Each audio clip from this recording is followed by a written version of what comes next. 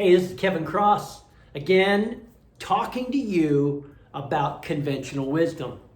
Now, you know I'm a CPA and I represent clients, and I really have the Main Street type of clients, people that are mom and pop, people that depend on things like the PPP, the Paycheck Protection Plan, and people who depend on this economic injury disaster loan, the EIDL. But often I get questions about nonprofit organizations and whether they should take advantage, and I mean this in a pure sense, taking advantage of what the government has to offer so that they may benefit their constituents. Same reason that people on Main Street would take advantage of it.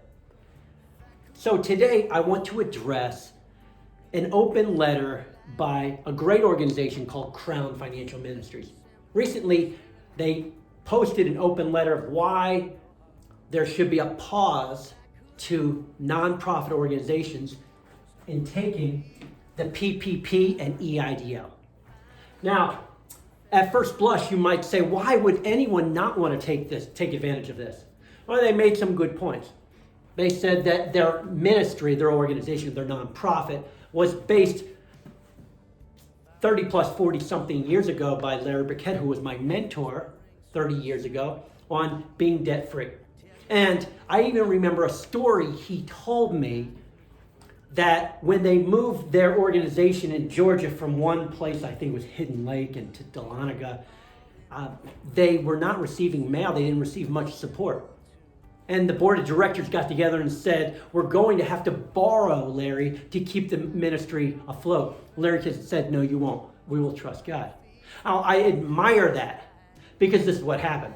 Monday, the mail trucks came in, brought bales of letters that hadn't been delivered because of the change of address. And lo and behold, that money was in the bags. And so wisdom proved herself faithful or true, and in his defense, that was a great move. Now, he would preach how to stay out of debt, and of course he would use 2,550 verses in the canonized scripture to support this, and all beautiful, wonderful wisdom. Now let's bring it to 2020. The organization is being run by wonderful people, wonderful men and women, and they said, ministries, caution, take pause in taking this money from the government. Now, I understand the spirit of that letter. I understand that ministry should not depend on the organization, like the government. They should depend on their constituents, and i.e., the reason why their constituents give to them. For faith-based organizations, they depend on God. For non-faith-based ministries, they depend on their constituents, that they believe, that their constituents believe in this minister, this mission, and that they'll continue to get funds in. Now, there are cyclical changes in the economy. And when we are being addressed by an epidemic, proportionate to worldwide, a pandemic, then is an organization faulted by taking the PPP and the EIDL? And I want to make some defenses from organizations for taking this PPP loan and for taking the EIDL loan. Number one, Crown said, I don't think it's sinful, and let me quote them, for organizations to take the money if it's fully paid back. I have to agree. If we take money from any source, whether it be a bank, whether it be from a credit card, whether it be from the government, and we take $100,000 and we can't pay it back, or $1 million, we can't pay it back, therein lies some systemic issues. And we saw it during the 2007, 2008, 2009 housing debacle, where people would borrow more from their house, housing values went down, they didn't have enough, they would lose their houses. We saw that. Was that good fiscal management? There were some conservative approaches where a CPA or someone in this field would say, well, I think you're borrowing too much. Conventional wisdom, I call it.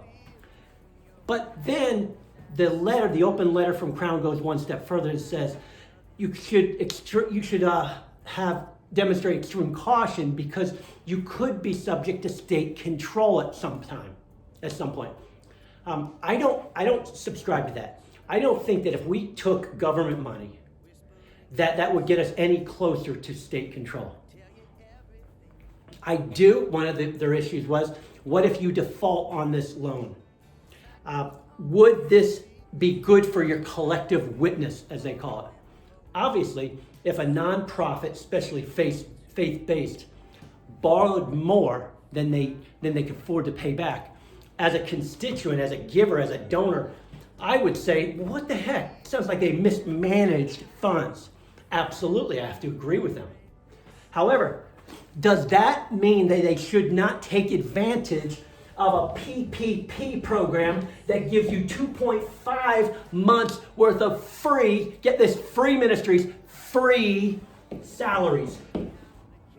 Okay, nowhere where you see this. And then the EIDL, if this is still correct, and I believe it is, the first $10,000, if you use it for bona fide business expenses, it does not have to be paid back. So, as a matter of caution, even if a conservative, very conservative nonprofit said, I wanted to take advantage of what the government wanted to give me, and I wanted to put it in its own fund, and in another video I'm going to show everyone, whether you're a nonprofit, whether you're a profit-seeking business, what to do, how to manage, how to Rubik's Cube the money that you get from the government so that you don't find yourself a year from now being upside down going, how am I going to pay it back? However, just for brevity's sake, they need to know how much that is, how much they're spending on bona fide business expenses, and how much of that they're not going to have to pay back or have to pay back. That's just basic math. As we learned that in elementary school, that you have to repay what you borrow. It's not just in the ancient scriptures. It's not just in the first century. Let no debt remain outstanding except one, the continuing debt to love one another. The greatest author of all said that, Jesus. But we're not talking about that. We're talking about basic math. So if a ministry can't handle taking a large amount of money, obviously that's going to ruin it for their constituents. Third, threat to tax-exempt status. They mentioned that. I don't know. I don't know if this could give the government a right to revoke tax-exempt status. Before I talk about that as a ministry leader, I would make sure that I had a multitude of counselors who are advising me. As a matter of fact, Solomon, with greatest conventional wisdom, he said in the multitude of counselors 4 times there's victory. 4 times he wrote that in his writings. So gives you this idea also. As you're reading an open letter, ladies and gentlemen, you want to take the totality of all counsel, all sound counsel, not just from one place. Yes, there's a limitation to how much you can take, and there's a window of how much they're going to give you. I would not want a ministry or a nonprofit or any type of charity that's doing good things not getting this because they heard that it may not be good for them to do. That's not, I think, the flavor of this letter, and I hope it isn't. I got a win to this letter from a profit business, from a business that is $5 million. They're not a nonprofit, but they're not going to take the PPP and the EIDL because they read this letter. That's crazy. You see what this can do. And last but not least, there was this church's comment that if a church needs this money so quickly, then there's something wrong with their finances. So let me just say something. There's a big difference between churches or synagogues that receive money every week from their people. And now there's no people coming in, sitting in the pews. And the difference between that and a nonprofit who get the checks in every month from the little old ladies or from the people supporting them with a monthly commitment. You see the big difference, because when somebody's not sitting there, they're in the pew, they're not going to be giving. And so there's always, even 1 week of a snowstorm could cause a church not to bring in how much they need on a weekly basis. So please, before you throw rocks at churches for attempting to file a PPP application or EIDL, please understand it's a different type of constituency, a different type of giving. If we don't go someplace, if we don't go to a synagogue or a church, we're probably not going to give. Most people aren't. A lot of old school people will, yes, but the rest of us won't. So please, let's not throw rocks at the churches. Last but not least, it was quoted that Ford Motor Company in 2008 and 9 was adamant about not taking the bailout, the TARP bailout. And that was kind of, they're hanging their hat on. See, even great Ford didn't do it. Let me tell you what Ford did do. They didn't take TARP money, but they did take a loan bailout. They called it TAF, TALF.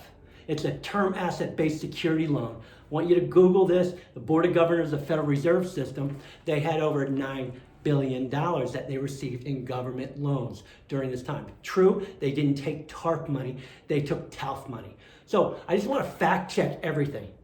Everybody who has needed help, whether big or little throughout history, we need to make sure we know.